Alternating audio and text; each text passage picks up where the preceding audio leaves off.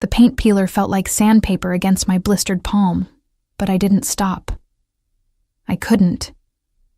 The rhythm of scraping kept my mind from wandering to darker places, like the overdue electric bill tucked beneath a coffee mug in the kitchen, or the way my ex-husband's lawyer had smiled when he'd told me I'd get nothing from the divorce. Nothing, except this crumbling house that had belonged to my grandmother. A structure so broken, it seemed to mirror my own life. "Mom, look what I found." I turned to see my 7-year-old son, Danny, holding up a rusted horseshoe from the overgrown garden. His face was smudged with dirt, his second-hand jeans torn at the knee, but his smile, God, his smile made everything worth it. That smile was the only reason I dragged myself out of bed each morning. The only reason I'd agreed to move into this dilapidated house on the outskirts of the city instead of surrendering to the shelter system. "That's amazing, baby," I called down from my perch on the ladder. "Maybe it'll bring us luck." Luck. The word tasted bitter on my tongue. I'd stopped believing in luck the day I'd found my husband in our bed with my former best friend. Or maybe it was when the bank had foreclosed on our home. Or perhaps when I'd realized that my college degree meant nothing when you had a 7-year gap in your resume and desperation written all over your face. The June heat pressed against my skin like a heavy blanket. Sweat dripped down my spine, soaking through the thin fabric of my tank top. The house stood at the end of a long, private road, surrounded by overgrown hedges and ancient oak trees that created pockets of shadow even in midday. It was isolated, a 20-minute drive to the nearest grocery store, but the isolation felt like safety. No one could judge us here. No one could see how far we'd fallen. I scraped harder, watching decades of white paint curl away to reveal the gray wood beneath. The physical labor felt good, purposeful. For the first time in months, I was building something instead of watching everything crumble. The house needed everything: new plumbing, electrical work, roof repairs, but I'd watched enough YouTube videos to tackle the cosmetic work myself. Fresh paint could hide a multitude of sins. "Mom, there's a car coming." I froze, the paint peeler suspended in midair. We never had visitors. The road didn't lead anywhere except to our property and an old abandoned factory further up. I climbed down from the ladder, my legs shaking slightly. From exertion or fear, I wasn't sure. The car that emerged from between the oak trees wasn't just a car. It was a black Mercedes S-Class, the kind with windows so dark you couldn't see inside, the kind that whispered money and power with every gleaming inch of its polished exterior. It moved slowly up our gravel driveway, stones crunching beneath expensive tires, completely out of place against the backdrop of our rotting porch and weed-choked yard. My heart hammered against my ribs. Debt collectors didn't drive cars like that, neither did social workers. "Danny, go inside," I said quietly, trying to keep the tremor from my voice. "But Mom, now baby, please." He heard something in my tone that made him obey without further argument, his small feet pattering up the wooden steps. The screen door creaked shut behind him, and I was alone when the Mercedes came to a stop 15 feet from where I stood. For a long moment, nothing happened. I could see my reflection in the tinted window. A thin woman in paint-stained clothes, her dark hair pulled back in a messy ponytail, looking every inch like someone who'd been beaten down by life. I wanted to run, but my legs felt rooted to the ground. The back door opened. The first thing I noticed was the shoe, black Italian leather, polished to a mirror shine, completely spotless despite our dusty driveway. Then came the rest of him, unfolding from the car with the kind of fluid grace that spoke of complete confidence in his body and his place in the world. He was tall, over 6 feet, dressed in a charcoal suit that probably cost more than I'd made in the last 6 months. Dark hair, styled but not overly so, with just enough silver at the temples to suggest he was in his early 40s. His face was handsome in a harsh way. Sharp cheekbones, strong jaw, a mouth that looked like it rarely smiled, but it was his eyes that made my breath catch. Dark, almost black, they fixed on me with an intensity that made me feel stripped bare, as if he could see every secret, every fear, every desperate thought I'd ever had. There was something predatory in that gaze, something that made every instinct scream at me to run. A second man emerged from the driver's seat, broader, wearing a black suit, with the kind of build that suggested violence was part of his job description. He didn't approach, just positioned himself near the front of the car, his eyes scanning our property with professional efficiency. The man in the charcoal suit walked toward me, and I noticed details I wished I hadn't. The way his suit jacket hung perfectly, suggesting custom tailoring. The glint of an expensive watch, Patek Philippe if I wasn't mistaken. Something I'd seen in a magazine once. The faint scent that reached me even from several feet away. Cedar and smoke and something darker, more dangerous. "You're living here now," he said. It wasn't a question. His voice was deep, measured, with the barest hint of an accent I couldn't place. Eastern European, maybe, worn smooth by years in America. "Yes." My voice came out steadier than I felt. "Is there a problem?"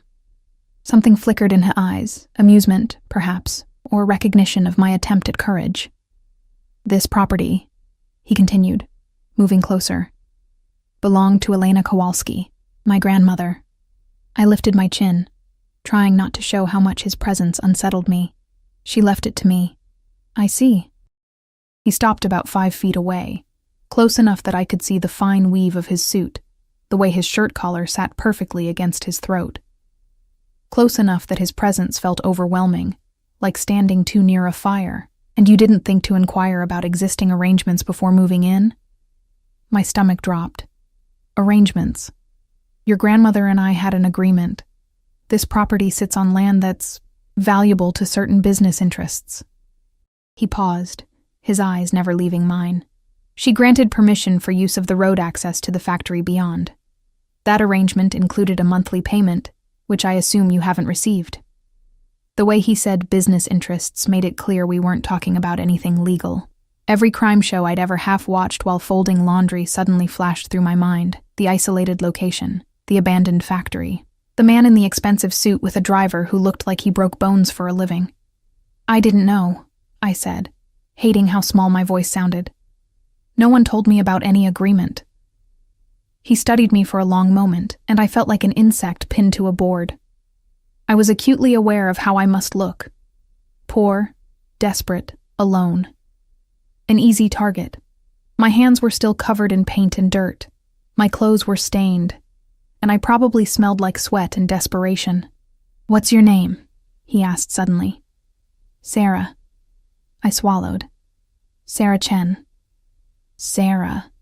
He said it slowly like he was tasting it. "I'm Alexei Volkov, and we need to discuss how this arrangement will continue." The name meant nothing to me, but the way his driver's posture had somehow become even more alert when he'd said it suggested it should. Alexei Volkov. It sounded like the name of someone you didn't cross, someone who appeared in newspaper articles about organized crime, someone whose enemies ended up in rivers. "I don't want any trouble," I said. And I heard the plea in my voice, the exhaustion. "I'm just trying to give my son a home. We don't have anywhere else to go." Something changed in his expression, so subtle I almost missed it. His eyes flicked toward the house, where I knew Danny was probably pressed against the window watching, then back to me, a son. Not a question, just an acknowledgement. And the father? Gone. The word came out more bitter than I intended. "It's just us."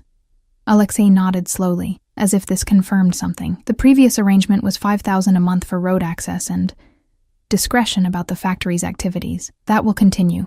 Transferred to your account." He reached into his jacket. I flinched, I couldn't help it, and pulled out a slim wallet. "Additionally, repairs. This house is falling apart." He was right, but hearing him say it made humiliation burn in my chest. "I'm handling the repairs myself." "No," the word was soft but absolute. "You'll hurt yourself.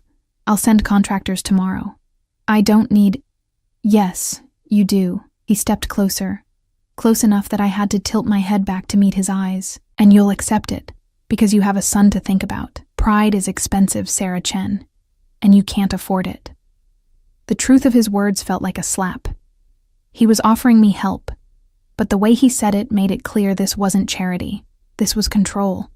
This was him deciding what happened on this property, to this house, to us. "Why?" I whispered. "Why would you do this?" His eyes darkened, and for just a moment, I saw something beneath the controlled surface. something hungry and possessive that made my heart race for entirely different reasons, because this property is important to me. And now, Sarah, so are you. Before I could process that statement, before I could ask what he meant, a sound split the air, the crack of splintering wood. We both turned to see part of the porch railing give way, the rotted wood finally surrendering to age and neglect. It crashed to the ground in a cloud of dust and debris, exactly where I'd been standing with my ladder just 10 minutes ago. Alexei's hand shot out, gripping my arm. Not roughly, but firmly enough that I couldn't have pulled away if I'd tried. His other hand rose slightly, and his driver was suddenly moving toward the house, speaking rapidly into a phone I hadn't seen him pull out. "You and your son are not staying here tonight," Alexei said, his voice harder than before, allowing no argument. "Pack what you need. You're coming with me." "What?" "No, I can't just—" "The house is structurally unsound. That railing could have killed you." His fingers tightened slightly on my arm, and I felt the strength in them, the barely restrained power. "I told you, Sarah. You're important now. That means I don't take chances with your safety." "You don't even know me," I protested weakly, even as part of my brain was screaming that he was right, that the house was dangerous, that I'd been gambling with our lives by moving in here. His eyes met mine, and what I saw there made my breath catch. Determination, possession, and something that looked almost like recognition, as if he'd been waiting for me without knowing it. "I know enough," he said quietly, "and I'm going to know everything. Now go get your son, Sarah. We're leaving." The way he said it, like it was already decided, like my compliance was inevitable, should have made me angry. Instead, I felt something shift inside me, some survival instinct recognizing that this dangerous man offering help might be the only thing standing between my son and disaster. I pulled my arm from his grip. He let me go immediately and walked toward the house on shaking legs, aware of his eyes following my every step, aware that everything had just changed in ways I couldn't begin to understand. Behind me, I heard him speaking in a language I didn't recognize, his tone sharp with command, and somehow, I knew that walking into that house to pack our bags was the moment my life stopped being my own. Danny's hand was small and sweaty in mine as we stood in the circular driveway of what could only be described as a mansion. Not a house, a mansion. 3 stories of pale stone and floor-to-ceiling windows, with perfectly manicured gardens that probably required a full-time staff. Security cameras were visible at every corner, and I'd counted at least 2 other men in dark suits positioned near the entrance as we'd driven through the iron gates. The drive had taken 40 minutes, Danny chattering nervously in the back seat beside me while Alexei sat in the front, speaking in that same Slavic language to various people on his phone. I'd caught him looking at us in the rearview mirror more than once, his dark eyes unreadable. "Mom? Is this a hotel?" Danny whispered, pressing closer to my side. "Something like that, baby," I murmured, though my heart was pounding so hard I was sure everyone could hear it. Alexei had already exited the car, and now he opened my door himself, a gesture that felt both courteous and controlling, as if he needed to dictate even this small action. His hand appeared in my line of vision, palm up, an invitation or a command. I stared at it for a moment, at the calluses I hadn't expected to see on someone who wore suits that expensive, at the scar that ran across his knuckles. I didn't take his hand. Instead, I climbed out on my own, pulling Danny with me. Something flickered in Alexei's eyes. Approval, maybe, or amusement at my small rebellion. "This way," he said simply, and started walking toward the entrance. The interior was even more overwhelming than the exterior. Marble floors reflected the light from a crystal chandelier that probably cost more than my entire life. The air smelled like expensive candles and furniture polish. Everything was pristine, cold, beautiful in a way that felt utterly foreign to someone whose last apartment had featured water-stained ceilings and a perpetually broken heater. "Mr. Volkov." A woman appeared from a side hallway. 50s, gray hair pulled back in a neat bun, wearing a crisp black dress that screamed, "Housekeeper." Her eyes swept over Danny and me with barely concealed curiosity. "I've prepared the East Wing guest suite as you requested. Thank you, Margareta." Alexei's voice had taken on a different quality here, still commanding but somehow softer. He turned to us. Margareta will show you to your rooms. You'll find everything you need. If you don't, tell her, and it will be provided. We can't stay here, I said, finally finding my voice. This is too much. A hotel would be fine until the house will take weeks to be habitable. He cut me off, not rudely, but with the finality of someone used to making decisions that wouldn't be questioned. You'll stay here. It's safer. Safer from what? His eyes met mine, and I saw shadows there, hints of a world I didn't understand and probably didn't want to. From a house that's falling apart, from being alone and vulnerable in an isolated location, from questions I don't want you to have to answer yet. He paused. Your son needs stability. I'm offering it. The worst part was that he was right. I'd been so desperate to give Danny a home, any home, that I'd ignored the obvious dangers.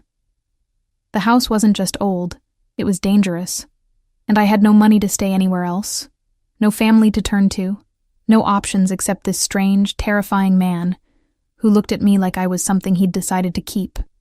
Come, dear. Margareta's voice was gentler than her appearance suggested. She smiled at Danny. Are you hungry, young man? The kitchen has fresh cookies. Danny looked up at me, his eyes wide with hope and uncertainty. The word cookies had penetrated his confusion about everything else. I felt a surge of love so intense it physically hurt my baby, who deserved so much more than a mother who couldn't even provide a safe roof over his head. Okay, I said, the word feeling like surrender. Just for a few nights, until arrangements can be made. Alexei nodded, something satisfied settling into his features. I have business to attend to. Margareta will help you get settled. We'll talk more at dinner. 8 o'clock. He walked away before I could protest, his footsteps echoing on the marble floor, and I felt his absence like a physical thing. Relief mixed with something I didn't want to examine too closely. The guest suite was larger than the entire first floor of my grandmother's house. 2 bedrooms connected by a sitting room, each with its own bathroom featuring fixtures that looked like they belonged in a luxury spa. Danny had immediately claimed the bedroom with the window overlooking the gardens, his earlier nervousness forgotten in the excitement of having his own space, something he hadn't had since the divorce. I stood in my assigned bedroom, staring at my reflection in a full-length mirror framed in gold leaf. I looked exactly like what I was, a woman who didn't belong here. My clothes were shabby, my hair was a mess, and there was still paint under my fingernails despite my attempts to clean them in the bathroom sink. A knock on the sitting room door made me jump. Come in, I called, expecting Margareta. Instead, 3 women entered carrying garment bags and boxes. The one in front, a severe-looking woman with perfect posture, spoke with a crisp British accent. Mr. Volkov requested we provide you with appropriate attire. I'm Christine, and we'll need to take some measurements. That's not necessary, I said automatically. I have clothes. Christine's eyes flicked over me with professional assessment, and I felt the judgment, even though her expression remained neutral. Mr. Volkov was quite clear. Dinner is formal, and you'll need suitable options for your stay. It will only take a moment. The unspoken message was obvious. Refuse and insult your host. I stood there awkwardly as they measured me, their hands quick and impersonal, and tried not to feel like I was being catalogued, processed, prepared for some purpose I hadn't agreed to. They left behind 6 garment bags, and promised more would arrive tomorrow. When I unzipped the first bag, I found a dress that probably cost more than my car, a deep navy silk that felt like water between my fingers. The others were similar, expensive, elegant, the kind of clothes I'd only ever seen in magazines. I left them hanging and went to check on Danny, finding him in his room arranging the few toys we'd brought on a shelf that could have held 50 times as many. He looked so small in that big space and so happy despite everything. Mom, did you see? They have a pool. Margareta said I could swim tomorrow if you say it's okay. He bounced on his toes, that infectious energy that made me smile despite everything. And she said there's a game room with video games and everything. That sounds wonderful, baby. I smoothed his hair back, needing to touch him, to reassure myself he was real and safe. But remember, this is just temporary, just until our house is fixed. I know. He nodded seriously, then grinned. but it's pretty cool for temporary, right? Yeah, I admitted, pulling him into a hug. It's pretty cool. At 7:45, I stood in front of the mirror again, this time wearing the navy dress. It fit perfectly. Of course it did. Hugging curves I'd almost forgotten I had after months of hiding in baggy clothes and exhaustion. I'd washed my hair in a shower that had 6 different settings and smelled like orchids, and even managed to dry it into something presentable with the expensive hairdryer I'd found in a drawer. I looked like a different person, someone who might actually belong in a house like this. The thought terrified me. Margarita had offered to watch Danny. He'd already eaten and was now engrossed in a video game he'd only ever been able to dream about before, and I'd reluctantly agreed. Now I followed her directions down the hallway, my borrowed heels clicking on marble, toward the dining room where Alexei was waiting. He was standing by the window when I entered, still in a suit, but he'd removed the jacket and rolled up his sleeves, revealing forearms roped with muscle and marked with more scars. He was holding a glass of what looked like whiskey, and the setting sun backlit him in gold, making him look almost unreal, a figure from a painting, dangerous and beautiful in equal measure. He turned when he heard my footsteps, and whatever he'd been about to say died on his lips. His eyes traveled over me slowly, deliberately, and I felt that gaze like a physical touch, heat rushing to my skin despite every instinct telling me to be afraid of this man. "You look beautiful," he said finally, his voice rougher than before. "Thank you for the clothes." I tried to keep my voice steady, professional, as if I wore designer dresses every day. "They're too much, but thank you." "They're exactly what you should have been wearing all along." He set down his glass and pulled out a chair at the table, not at the far end, but close, only one seat between us. "Sit. Are you hungry?" I was starving, actually. I'd been too nervous to eat much all day. But sitting down felt like accepting something more than just dinner, like crossing a line I couldn't uncross. I sat anyway, because I was hungry, and because Danny was upstairs and safe, and because some part of me wanted to understand this man who'd upended my life in a single afternoon. Margarita appeared with the first course, some kind of soup that smelled incredible, then disappeared like a ghost. We were alone in that enormous dining room, with its table that could seat 20 and its paintings that were probably worth fortunes. "Tell me about your ex-husband," Alexei said abruptly, lifting his soup spoon. "That's a strange dinner conversation." Nevertheless, he watched me over the rim of his spoon. "I want to know." I didn't want to talk about Marcus, didn't want to relive that humiliation with a stranger. But Alexei was waiting, and something in his posture suggested he'd simply outweight any resistance I offered. "We met in college," I said finally, stirring my soup without tasting it. "Married young. I thought we were happy. Turns out I was wrong about a lot of things." I paused. "He's not a bad father, just a terrible husband. He sees Danny sometimes when it's convenient. He left you with nothing. It wasn't a question, but I answered anyway. His lawyer was better than mine. I got the house no one wanted and debt I didn't know existed. He got everything else. His name." I looked up sharply. "Why?" "Because men who abandon their children deserve consequences." He said it casually, as if discussing the weather, but there was steel beneath the words. "And because everything about you is my concern now. I'm not your concern," I said, more sharply than I intended. "You're being kind, generous even, but that doesn't make me your responsibility." "Doesn't it?" He leaned back in his chair, studying me with those dark eyes that seemed to see too much. "You're living on property I use, under my protection, wearing clothes I provided. That makes you mine, Sarah." The word mine hung in the air between us, loaded with implications I didn't want to examine. My heart was racing again, but not entirely from fear. There was something else there, something dangerous and unwanted. "I'm not anyone's," I said quietly. "Not anymore. We'll see." He picked up his wine glass, a small smile playing at the corner of his mouth. "Eat. You're too thin." The rest of dinner passed in a strange blur of exquisite food and unsettling conversation.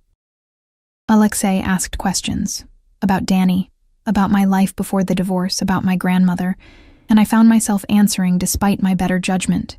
He was a good listener, focused entirely on me in a way that felt both flattering and predatory, but he offered nothing in return. Every question I asked about his business, his life, his reasons for helping us, was deflected with practiced ease.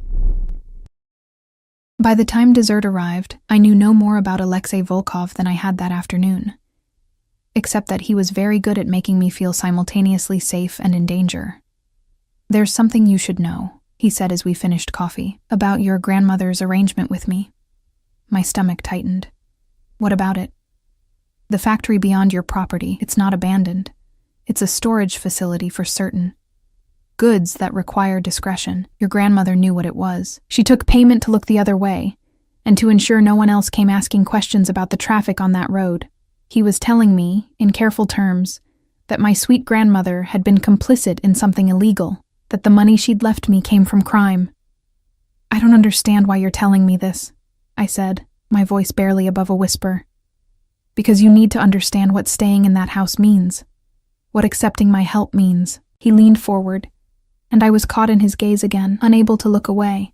"There are people who would love to know about that property, who would use you to get to me. That's why the house needs to be secure. That's why you and your son need protection. That's why you're here.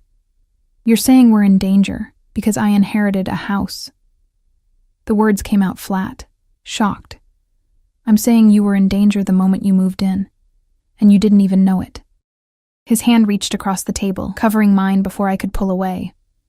His palm was warm, calloused, strong enough to crush my fingers, but gentle in a way that made my breath catch. "But you're not in danger now, Sarah. Not while you're mine to protect." There was that word again. Mine.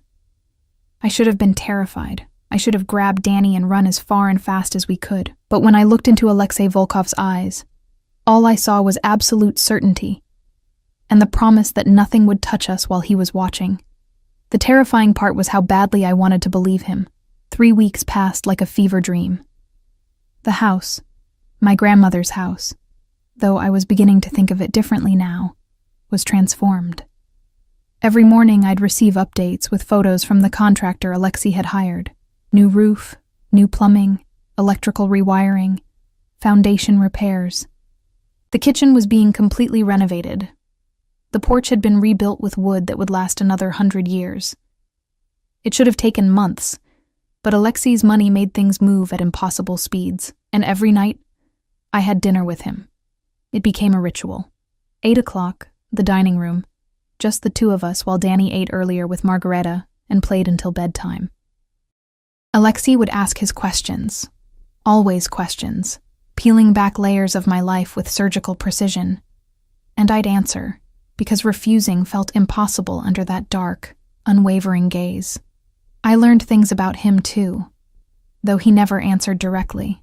The scars on his hands came from his childhood in Moscow. The way he switched between languages on phone calls meant he was coordinating operations across multiple countries. The deference everyone showed him wasn't just respect, it was fear. And the reason his house had more security than most banks was because people had tried to kill him. More than once. I should have been terrified. Some part of me was, but another part, a part I didn't want to acknowledge, felt safer than I had in years. Danny was thriving. He'd gained weight, stopped having nightmares, and talked constantly about the pool and the games and how Mr. Volkov had taught him to play chess. That last part had shocked me. I'd come downstairs one afternoon to find them in the study, Danny's small hand hovering over a pawn, while Alexei watched with something almost like patience. "He's good with him," Margareta had said quietly, appearing beside me with that unnerving ability she had to materialize from nowhere. "I've worked for Mr. Volkov for 15 years. I've never seen him spend time with a child before." I'd watched them for another moment, my heart doing something complicated in my chest, before retreating before either of them noticed me. But it was the small things that truly unsettled me. The way Alexei's eyes followed me whenever we were in the same room. The brush of his hand against my lower back when he guided me through doorways. The expensive clothes that appeared in my closet daily, not just dresses for dinner, but casual wear, workout clothes, even pajamas in silk that felt like sin against my skin. The way he'd somehow learned I liked my coffee with cream and honey, and it appeared at my bedside every morning before I woke. It felt like being claimed in 1,000 tiny ways, and I didn't know how to stop it, didn't know if I wanted to. On the 23rd day, everything changed. I was in the library, because of course this house had a library, 2 stories of books with rolling ladders and leather chairs, trying to read while Danny had his swimming lesson with the instructor Alexei had hired. I'd changed into jeans and a sweater, comfortable clothes after another morning of wearing designer dresses, and was curled in a chair by the window when I heard voices in the hallway. Don't care what Dmitri thinks. The shipment arrives Thursday, and it will be handled according to plan. Alexei's voice, harder than I'd ever heard it. I started to close my book, to announce my presence, but then another voice responded, male, with a thick Russian accent. Dmitri says the Chen woman is a liability, that she asks too many questions, sees too much. He suggests we resolve the situation before it becomes a problem. My blood turned to ice. The Chen woman. Me. Dmitri suggests a lot of things. Alexei's voice was arctic now, deadly. Most of them demonstrate why he'll never be more than an enforcer. The woman and her son are under my protection. That means they're untouchable. Make sure everyone understands that. But boss, she's a civilian. She doesn't understand our world. What if she goes to the police or... The sound of something hitting the wall made me jump. When Alexei spoke again, his voice was soft, which somehow made it more terrifying. Listen very carefully, Victor. Sarah Chen is mine. Anyone who touches her, threatens her, or even looks at her wrong will answer to me personally. Is that clear enough? Or do I need to demonstrate? A pause. Crystal clear, boss. Good. Now get out. Footsteps retreated rapidly. I sat frozen in my chair, my heart hammering, the book forgotten in my lap. I should have felt grateful that Alexei was protecting us.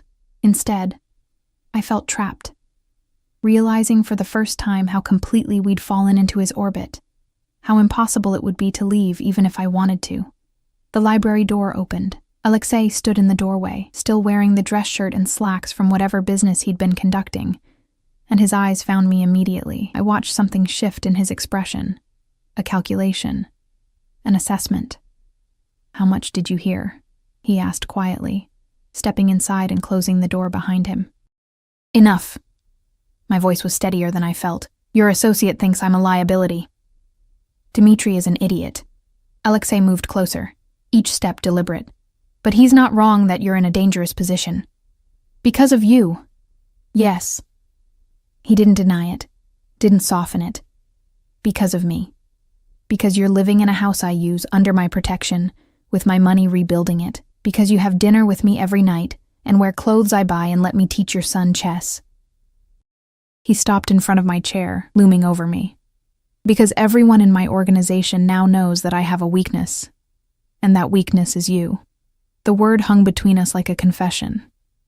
I stood up slowly, needing to not be quite so small in front of him, needing some illusion of power in this conversation. I didn't ask for any of this, I said, and hated how my voice shook. I just wanted a home for my son. A safe place. I didn't ask to become your weakness or your responsibility or whatever this is. I know. Something flickered in his eyes, regret, maybe, or frustration. But it's too late now. You're in this, Sarah.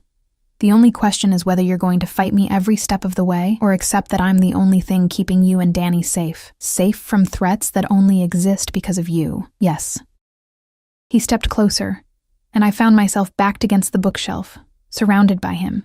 His scent, his heat, his overwhelming presence.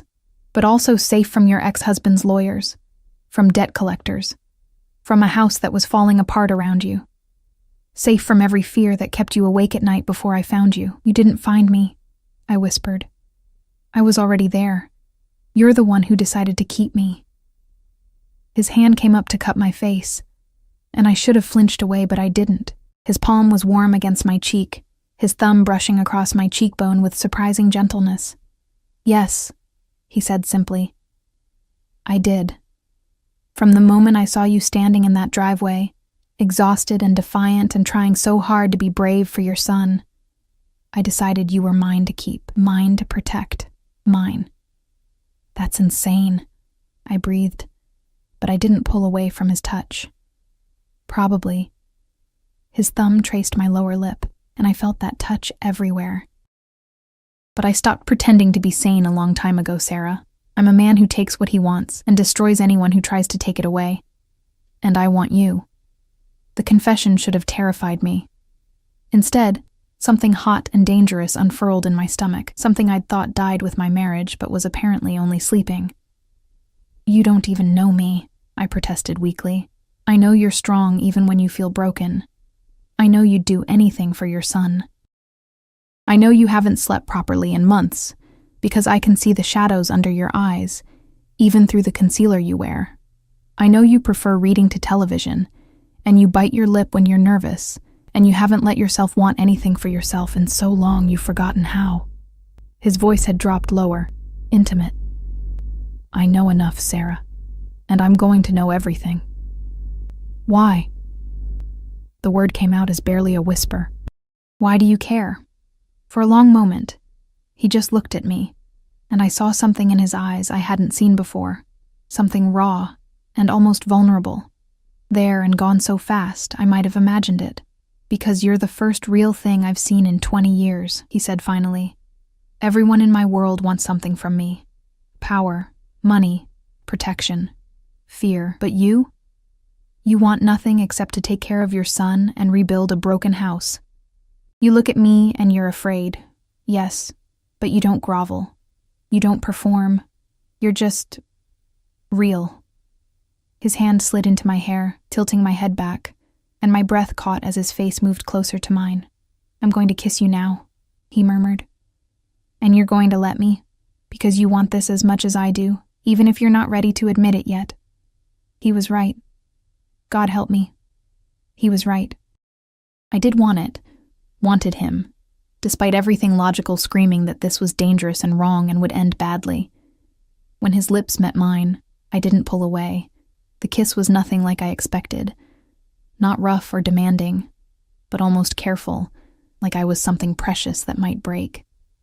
His mouth moved against mine with practiced skill, coaxing my lips apart, deepening the kiss until I was gripping his shirt just to stay upright.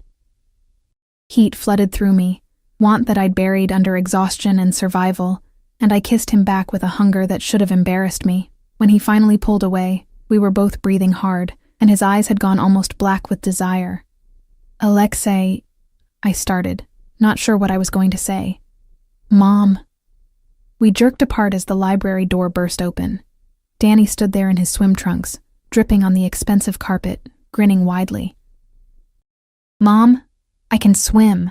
I mean really swim, not just doggy paddle. Do you want to see? I forced myself to breathe, to smile, to be the mother he needed, and not the woman who'd just been kissed senseless by a man who'd admitted to being obsessed with her. That's wonderful, baby.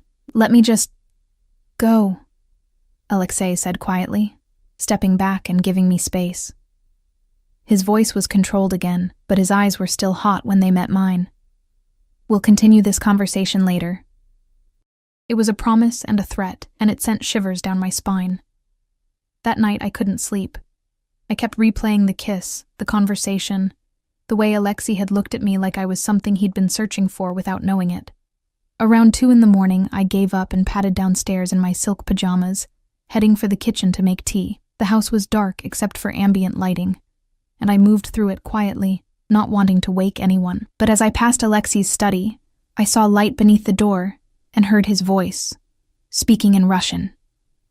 I should have kept walking. I should have given him his privacy. Instead, I found myself stopping, listening. I couldn't understand the words, but I understood the tone, anger, frustration, and something that sounded like fear. His voice rose, sharp with command, then fell to something quieter, more dangerous. Another voice responded, Victor maybe, or one of the other men I'd seen around the property. And Alexei's response was harsh enough that I winced. The conversation ended abruptly. Silence fell, and I was about to flee back upstairs when the study door opened. Alexei stood there, still fully dressed despite the hour, and his eyes found me immediately in the dim hallway. He looked tired, I realized, tired and dangerous and somehow vulnerable in a way I'd never seen him. "Can't sleep?" he asked, his voice rough. "I didn't mean to eavesdrop," I said quickly. "I was just getting tea." He studied me for a moment, then stepped back, holding the door open. "Come in. We should talk." This felt like a test, or maybe a trap. But I walked into his study anyway, into this inner sanctum that smelled like leather and whiskey and him.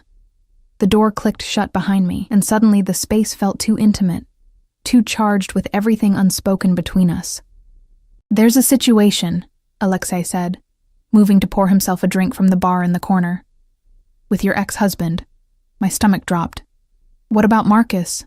He's been asking questions about where you're living, who you're with. He called the contractors at your house yesterday." Alexei's jaw tightened. "He wants to modify the custody arrangement. Claims you're living with a dangerous man and exposing Danny to unsuitable environments." The room spun slightly. "How do you know this?" "Because I make it my business to know everything that concerns you." He took a drink, his eyes never leaving mine. "His lawyer sent a formal letter today. They're requesting an emergency custody hearing." "No." The word came out strangled. "No, he can't. Danny is all I have. He can't take him. He won't." Alexei set down his glass and crossed to me, his hands gripping my shoulders firmly. "Listen to me, Sarah. He won't take Danny because I won't allow it.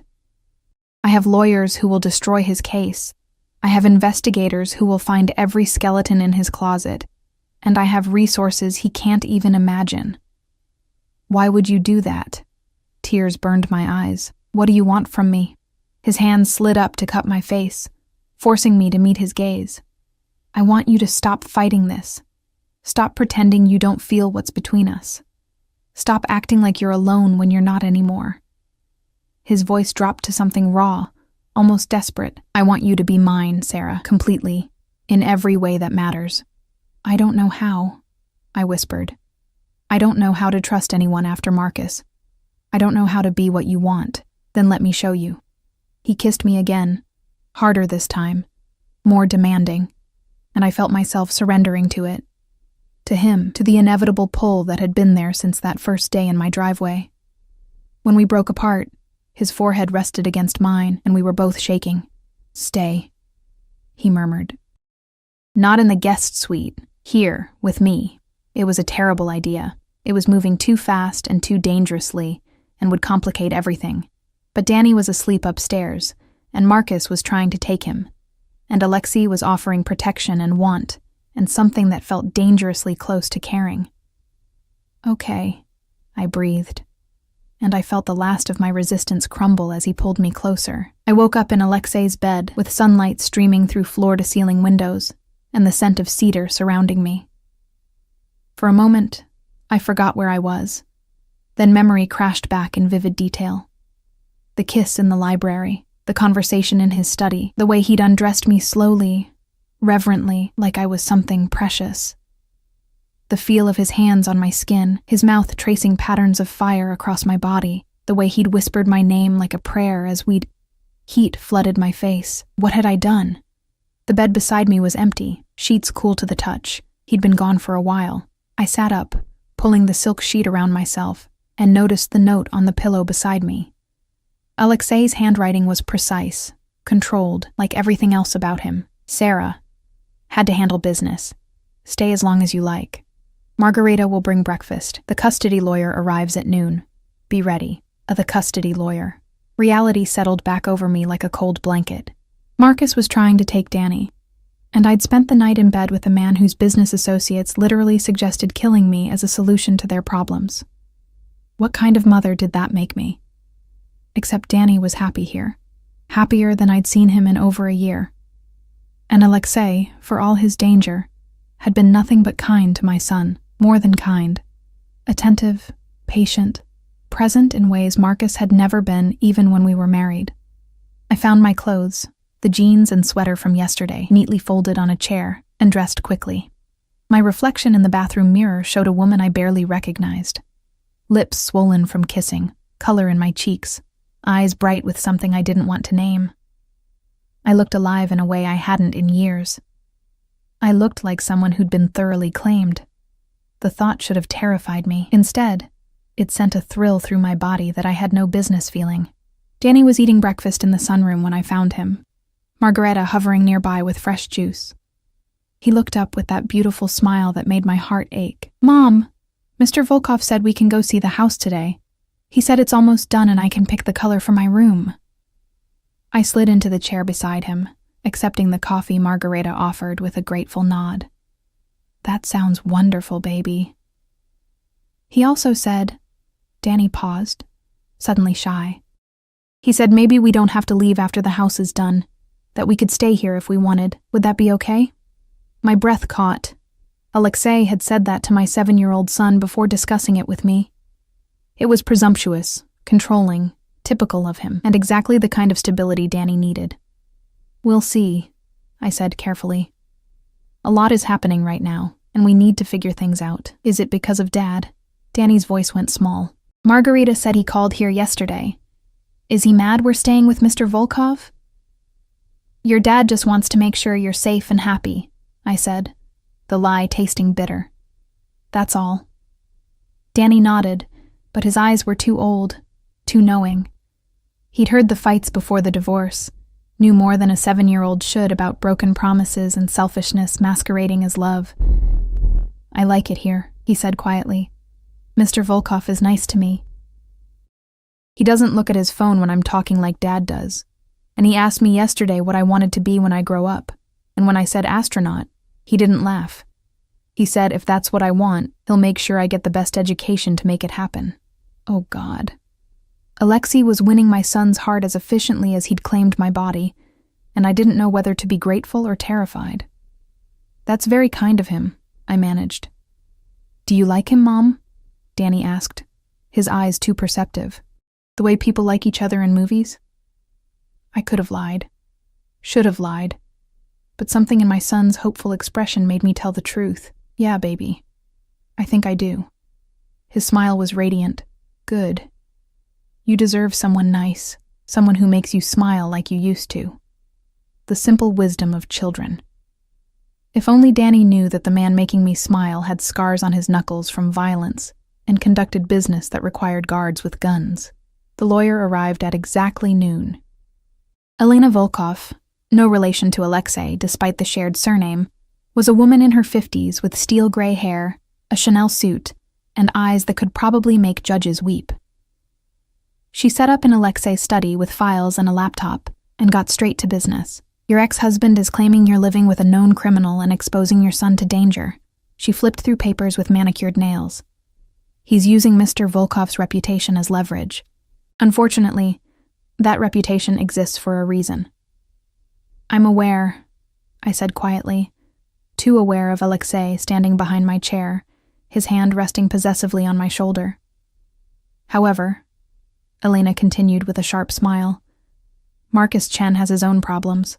3 DUIs that were buried, a gambling debt of $80,000, and an interesting relationship with his secretary that began while you were still married. Oh, and he's been dodging child support payments for 4 months." I blinked. "How did you—" "I'm very good at my job, Mrs. Chen." Elena's smile turned predatory. "By the time I'm done, the judge will be questioning whether Marcus should have any custody at all. But we need to present a united front.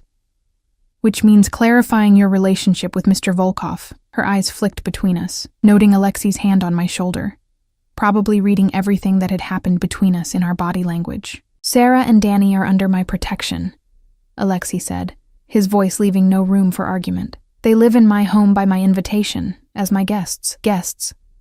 Elena's tone suggested she knew better. "That's the story we're going with?" "That's the truth," Alexei replied smoothly, "for now." The implication was clear. Eventually, it would be more. Eventually, we wouldn't be guests but permanent fixtures in his life. The presumption should have angered me, but all I felt was a strange relief. Someone was fighting for us, someone powerful enough to win. "All right," Elena said, making notes. "The hearing is scheduled for next Wednesday. Sarah, you'll need to testify about the living situation, Danny's well-being, and why you believe this is the best environment for your son. Can you do that?" I I thought about the past 3 weeks, Danny's laughter, the security of knowing we had a roof over our heads, the way Alexei had somehow made us feel protected instead of trapped, wanted instead of burdensome. Yes, I said firmly.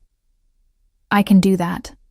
After Elena left, Alexei took us to see the house. His driver, Victor, who apparently no longer thought I should be eliminated, drove us in the Mercedes, Danny chattering excitedly in the back seat about all the things he wanted to do once we moved back in.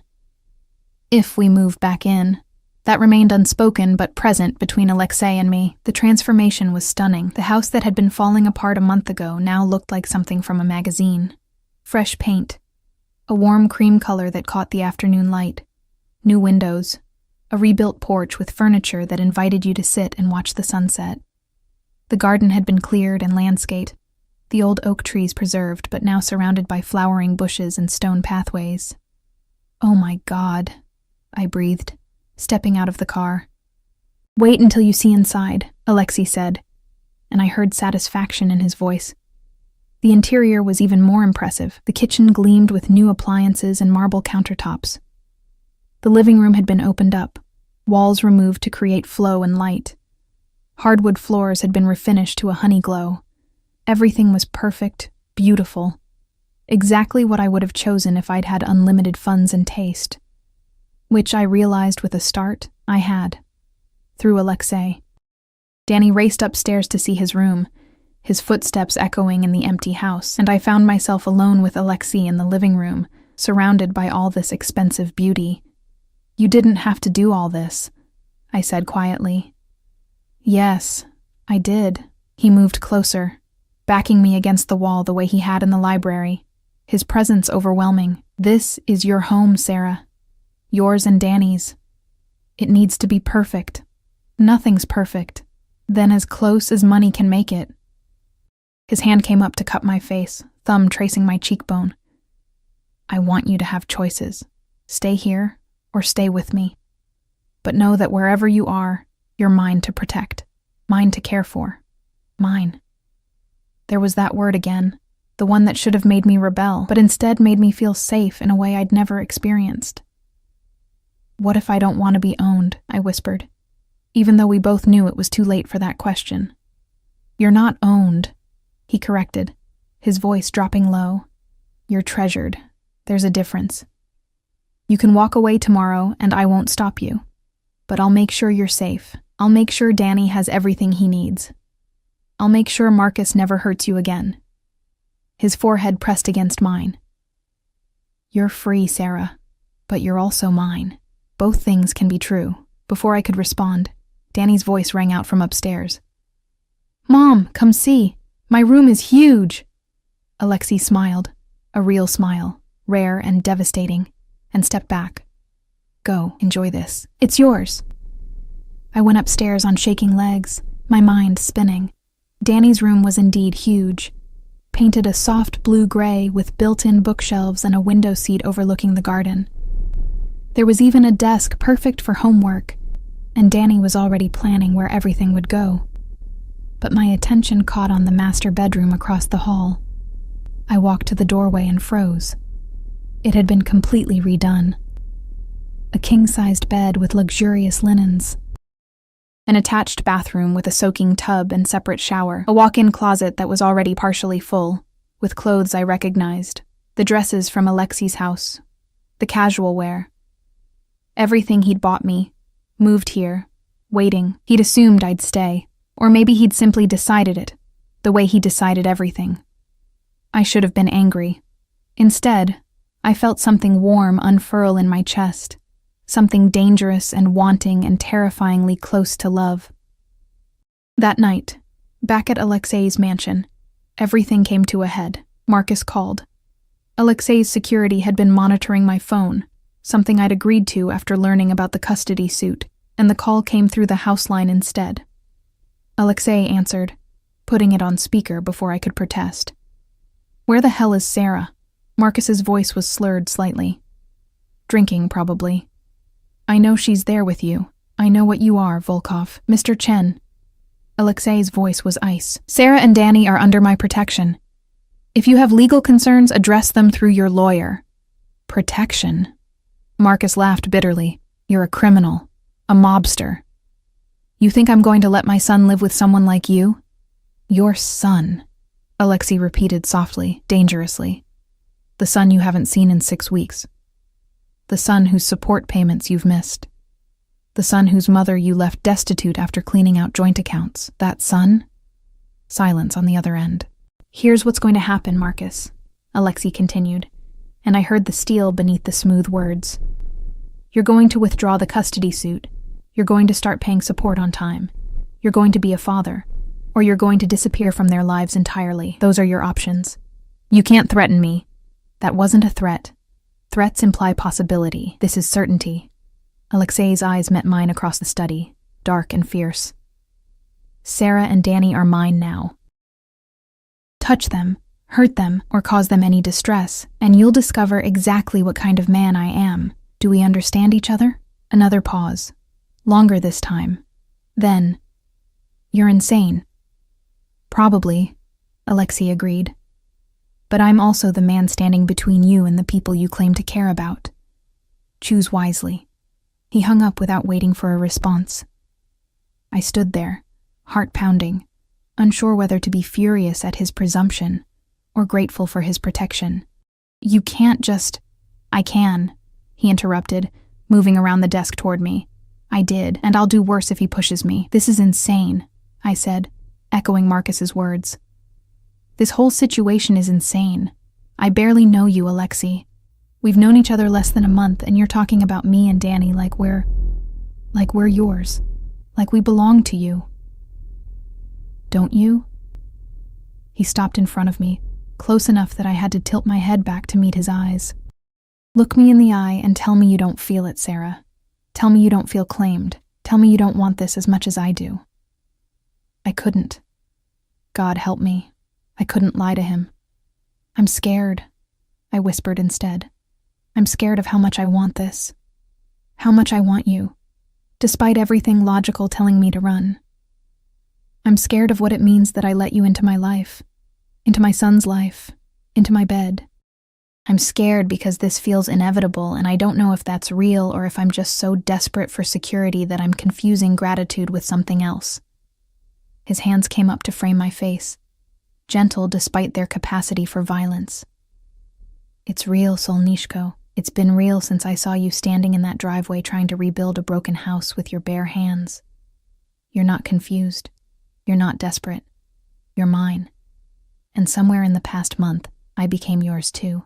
I don't know how to do this, I admitted, tears burning my eyes. I don't know how to trust someone again. I don't know how to let someone take care of me without losing myself. Then let me teach you. He kissed me softly, carefully. Let me show you that not all men are your ex-husband. Let me prove that I'll protect what's mine with everything I have. Another kiss. Deeper. Let me love you the way you deserve, Sarah. The way you should have been loved all along. The word love hung between us, too big and too soon, and absolutely terrifying in its rightness. Okay, I breathed against his mouth. Okay. And when he lifted me into his arms and carried me to his bedroom, I let myself surrender completely. Let myself believe that maybe, just maybe, this dangerous man with blood on his hands and obsession in his eyes could be the safety I'd been searching for all along. The custody hearing took place on a gray Wednesday morning that felt like a metaphor for everything hanging in the balance.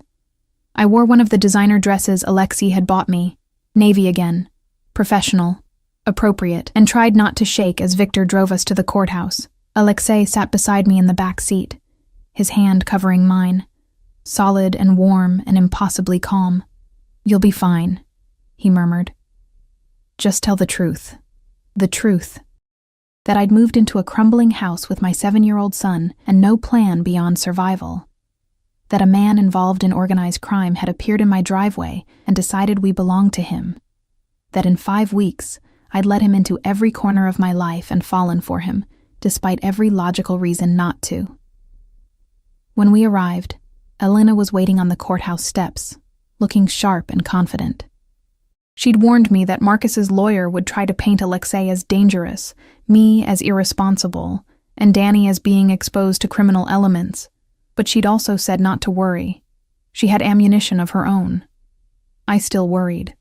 Inside, the courtroom was smaller than I'd expected, less dramatic. Marcus sat at the plaintiff's table with his lawyer, a thin man with wire-rimmed glasses who looked like he billed by the minute. Marcus wouldn't meet my eyes, which was probably for the best. I didn't know what I'd see there: guilt, anger, or the same indifference that had characterized the final year of our marriage.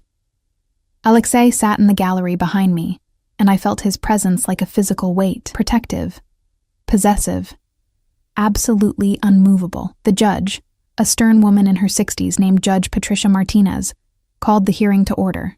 Marcus's lawyer stood first, laying out his case with practiced efficiency. His client was concerned about the welfare of his son. The mother was living with a man of questionable character. Alexei Volkov had known connections to organized crime, multiple ongoing investigations, and represented a clear danger to a minor child. The living situation was unstable, inappropriate, and Marcus was requesting primary custody with supervised visitation for me until I could establish a suitable, independent residence. I felt sick listening to it, even knowing it was coming.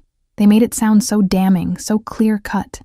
Then Elena stood, and the temperature in the room seemed to drop. Your Honor, Mr. Chen's sudden interest in his son's welfare is touching, if somewhat belated. She moved with the confidence of someone holding all the cards. Let's examine the facts. Mr. Chen abandoned his family 18 months ago, after conducting a year-long affair with his secretary. He provided no financial support during the divorce proceedings, forcing Mrs. Chen and their son into poverty.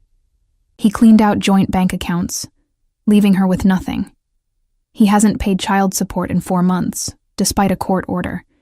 He's seen his son exactly 3 times this year, always for less than an hour, usually canceling at the last minute. She paused, letting that sink in. Now, let's discuss Mrs. Chen's current situation.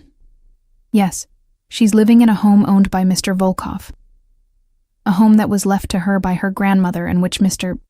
Volkov has spent over $200,000 renovating to ensure it's safe and suitable for a child. Mrs. Chen and her son have their own private wing in Mr. Volkov's residence while this work is completed. The child has thrived in this environment. His grades have improved, he's gained healthy weight, he's enrolled in swimming lessons, and has access to educational resources his father never provided. Elena turned to face Marcus directly. As for Mr. Volkov's character, yes, he's a businessman with diverse interests, some of which have attracted attention. But he has no criminal record. He's never been charged with a crime. And more importantly, he's shown more care and concern for Danny Chen in 5 weeks than his biological father has in 18 months. She laid out document after document. Danny's improved school performance, a letter from his swimming instructor praising his confidence, even a psychological evaluation showing he was happy and well-adjusted. Then came the evidence against Marcus, the DUIs, the gambling debts, the affair, missed support payments, everything. By the time she finished, Marcus looked gray, and his lawyer looked defeated. Mrs. Chen, Judge Martinez said, turning to me, I'd like to hear from you directly. Can you tell me about your current living situation? I stood on shaking legs and told the truth. About the house falling apart, about meeting Alexei, about his offer of help, about Danny's happiness, his safety, the stability we'd found. I didn't mention the dinners, the kisses, the way Alexei looked at me like I was something precious. But somehow, Judge Martinez seemed to know anyway. And your relationship with Mr. Volkov? She asked directly. He's been very kind to us, I said carefully. More than kind. He's given us security when we had none. He's been patient and gentle with my son. Whatever else he might be, Your Honor, with us he's been nothing but protective. Protective. Judge Martinez studied me for a long moment. Mrs. Chen, I've been a family court judge for 23 years. I've seen every variation of custody dispute imaginable, and I can tell you that this case is highly unusual. She looked over my shoulder, presumably at Alexei. Mr. Volkov, would you approach the bench? I heard movement behind me, then Alexei was walking past, every inch of him radiating controlled power. He stopped before the judge, his posture respectful, but not subservient. Mr. Volkov, Judge Martinez said, her voice stern. I'm going to ask you something directly, and I want an honest answer. What is your interest in this woman and her child?" The courtroom was utterly silent. I held my breath. "Sarah and Danny are under my protection," Alexei said, his voice clear and firm. "That protection is absolute and permanent. I care for them both deeply, and I intend to ensure they have everything they need for the rest of their lives.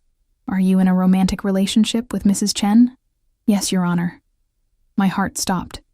He'd just admitted it, publicly, in a court of law, and you understand that your reputation, deserved or not, makes this complicated. "I do." Alexei's voice didn't waver, "But I also understand that Danny Chen has a father who abandoned him and a mother who would die for him. My reputation is irrelevant compared to that child's well-being. Whatever I am, whatever people think I am, I would never let harm come to either of them." Judge Martinez leaned back in her chair, studying him with sharp eyes. Then she turned to Marcus. "Mr. Chen, I've reviewed all the evidence presented today. Your record as a father is, frankly, appalling. You've shown minimal interest in your son's life, failed to provide financial support, and only filed this custody challenge after learning your ex-wife had found stability with another man." Her voice hardened. "This appears to be motivated by spite, rather than genuine concern for your child's welfare." Marcus opened his mouth, but his lawyer put a hand on his arm, silencing him. "Mrs. Chen," the judge continued, turning to me, "your current situation is unconventional. I'll grant you that. But your son is clearly thriving. You've demonstrated commitment to his well-being, and the evidence shows you're providing a stable, nurturing environment." She paused. "However, I am concerned about the long-term implications of your relationship with Mr. Volkov. If that relationship were to end badly, it could impact your son's stability." My stomach dropped. "Therefore," Judge Martinez continued, "here is my ruling. Primary custody remains with Mrs. Chen. Mr. Chen will have supervised visitation rights, 2 hours every other weekend, to be gradually increased if he demonstrates consistent involvement and responsibility. Child support payments will resume immediately, with back payments to be made within 60 days or face contempt charges." She looked at Marcus. "You'll also attend a parenting class and submit to random drug and alcohol testing for the next 6 months." Relief flooded through me so intensely I nearly collapsed. "As for you, Mrs. Chen," the judge added, "I'm going to require a follow-up evaluation in 6 months. I want to ensure Danny continues to thrive in this environment. If anything changes, if there are any signs of instability or danger, we'll revisit this arrangement. Understood?" "Yes, Your Honor," I managed. "Thank you." "Don't thank me yet. I'm watching this situation closely," but her eyes were kind when they met mine. "Go take care of your son. And Mr. Volkov," she turned to Alexei, "I sincerely hope you're as honorable as you claim to be, because if anything happens to that child under your watch, I will make it my personal mission to ensure you face consequences. Am I clear?" "Crystal clear, Your Honor," Alexei said, and I heard steel in his voice. "Nothing will happen to him. You have my word." Judge Martinez nodded once, then banged her gavel. "This hearing is adjourned." Outside the courthouse, I finally let myself breathe. Elena left with promises to handle all the paperwork. Marcus skulked away with his lawyer, and I stood on the steps with Alexei's arm around my waist, feeling like I'd just survived a battle. "You did well," he murmured against my hair. "I'm proud of you." "You told her we were together," I said, still processing. "You didn't have to do that." "Yes, I did." He turned me to face him, right there on the courthouse steps with people streaming past. "I'm not ashamed of you, Sarah. I'm not hiding what you are to me. Not from judges, not from my associates, not from anyone." "What am I to you?" I asked, needing to hear him say it again. His hand came up to cup my face, and his eyes were intense, burning with something that made my heart race. "Everything," he said simply. "You're everything." We picked Danny up from Margareta. He'd spent the morning at the mansion, carefully kept away from the courthouse, and drove to the renovated house. He needed to see it finished, needed to understand that this was real, that we were safe now. Danny raced through the rooms, shouting with joy at his perfect bedroom, the game room Alexei had added as a surprise, The backyard with its new playground equipment. His laughter echoed through the house, bright and pure, and exactly what I needed to hear. Alexei and I stood in the kitchen, watching through the window as Danny climbed on the swings, and his arm came around my waist, pulling me back against his chest. "Move back in if you want," he said quietly. "It's yours. But Danny can keep his room at my place, too. You both can. Come and go as you please." "You're giving me choice," I said, understanding. "After controlling everything else, you're giving me this." "I'm giving you freedom," he corrected, "because you deserve it. Because you're mine by choice, not by force. I want you to choose me, Sarah. Every day, even when it's hard, even when my world scares you." I turned in his arms, looking up at his face, this dangerous, beautiful man who'd crashed into my life and refused to leave. "Your world terrifies me," I admitted. "The violence, the secrets, the way people look at you with fear. But you know what terrifies me more? What? How safe I feel with you anyway. How much I trust you despite every logical reason not to. How completely you've claimed my heart in just 5 weeks." I reached up to touch his face, feeling the rough stubble under my fingers. "I don't just choose you, Alexei. I choose this. Whatever this is between us, I choose to be yours." His kiss was fierce, claiming, full of promise and possession. When we broke apart, we were both breathing hard. "Marry me," he said abruptly. I stared at him. "What?" "Marry me." He said it again, more firmly. "Not today, not tomorrow, when you're ready. But no, that's where this is going, Solnishko. I'm not a man who does anything halfway. If you're mine, then you're mine completely.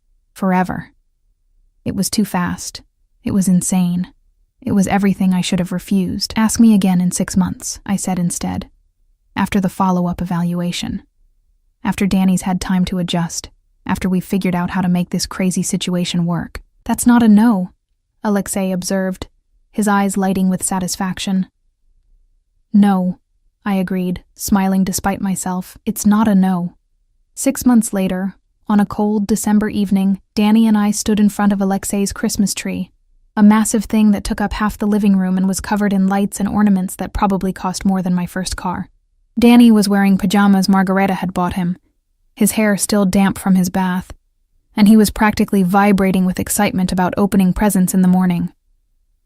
"But first," Alexei had said, "he had something important to discuss."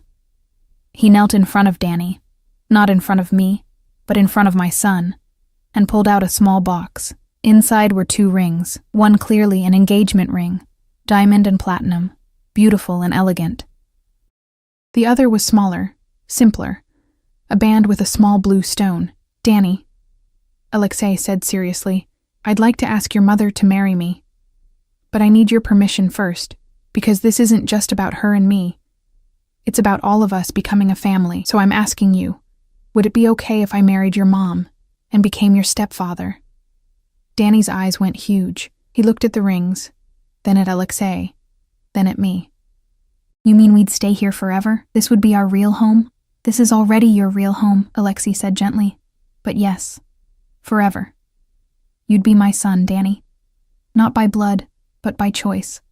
And I'd do everything in my power to make you and your mother happy for the rest of my life." "Can I call you Dad?" Danny whispered. I saw Alexei's control crack for just a moment, emotion flickering across his face. "I would be honored if you did." Danny threw his arms around Alexei's neck, and I watched this dangerous man, this mob boss with scars and secrets and blood on his hands, hold my son with infinite gentleness, his eyes squeezed shut like he was holding something precious. Then Alexei stood, Danny still clinging to him, and turned to me. "So, Sarah Chen, will you marry me? Will you let me love you and Danny for the rest of our lives? Will you be mine, officially and permanently?" I looked at them. This man who'd terrified me and claimed me, and showed me what it meant to be truly protected. And my son, who was smiling wider than I'd seen in years.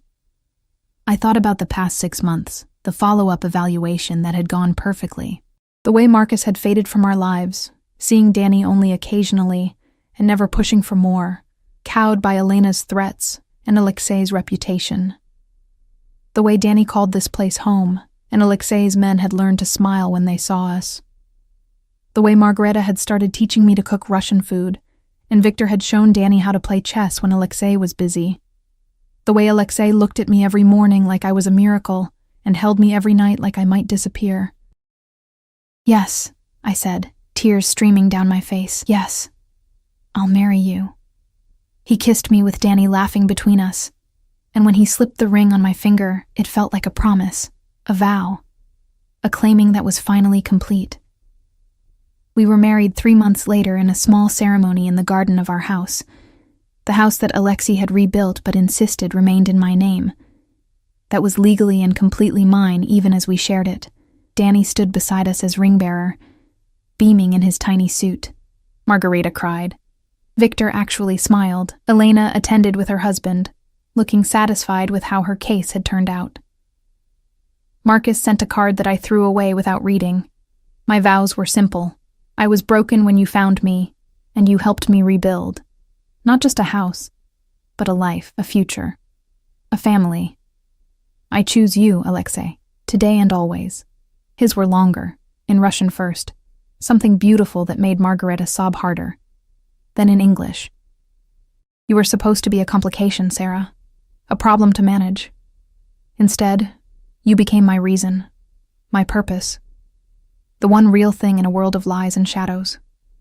I vow to protect you, cherish you, and love you until my last breath. You and Danny are mine, and I am yours, forever. When he kissed me, I tasted promise and possession, and a future I'd never dared to dream of. 2 years after that, I stood in the same garden, watching Danny play soccer with 3 other children, the sons of Alexei's associates, who'd become friends despite the strangeness of their father's world. Danny was 10 now, confident and happy, calling Alexei dad without hesitation, and complaining about his homework with all the normalcy of childhood. Alexei came up behind me, his arms wrapping around my waist, his hand settling protectively over my swollen belly. 7 months pregnant with a daughter we'd already decided to name Elena, after the lawyer who'd saved us, after the grandmother who'd inadvertently brought us together. Happy? He murmured against my neck. I leaned back against him, this man who'd claimed me in a driveway 2 years ago and never let go, who'd given me everything I'd needed without asking, who'd loved my son like his own, and given me a family I'd thought was forever lost. Terrified, I admitted. Your world still scares me, the things you do, the dangers that exist. I wake up some nights in a panic, convinced something will happen to you or Danny or this baby. And yet, he turned me in his arms, his dark eyes knowing, and yet I'm happier than I've ever been in my life. I reached up to touch his face, still marveling that I was allowed this intimacy, this closeness with someone so powerful and dangerous. You rebuilt me, Alexei, not just my house. Me. No, Solnishko. He kissed me softly. You rebuilt yourself. I just made sure you had the tools and the space to do it safely. You were always strong. I just gave you permission to see it. Danny's laughter rang out across the garden, bright and pure. Inside the house, Margareta was preparing dinner. Tomorrow, Alexei had meetings I didn't ask about. Next week, we'd take Danny to his first day at the expensive private school Alexei had insisted on. In 7 weeks, our daughter would be born into a world of wealth and danger and fierce, protective love. It wasn't the life I'd imagined when I'd moved into my grandmother's falling-apart house with my 7-year-old son, and nothing but desperation and hope. It wasn't safe or normal or anything I could have planned, but it was mine. We were his, and he was ours. And somehow, impossibly, that broken beginning had transformed into the family I'd always wanted, built on foundations of renovated houses and dangerous men and the kind of love that claimed you completely and never let go. I love you, I whispered against Alexei's mouth. I know, he said, his voice warm with satisfaction and possession. You're mine, after all. You were always going to love me. It was inevitable. The arrogance should have annoyed me. Instead, I just smiled and kissed him again, surrounded by the sound of children's laughter and the scent of flowers and the feeling of absolute, terrifying, perfect safety. He was right, after all. It had been inevitable from the moment he'd knocked on my door.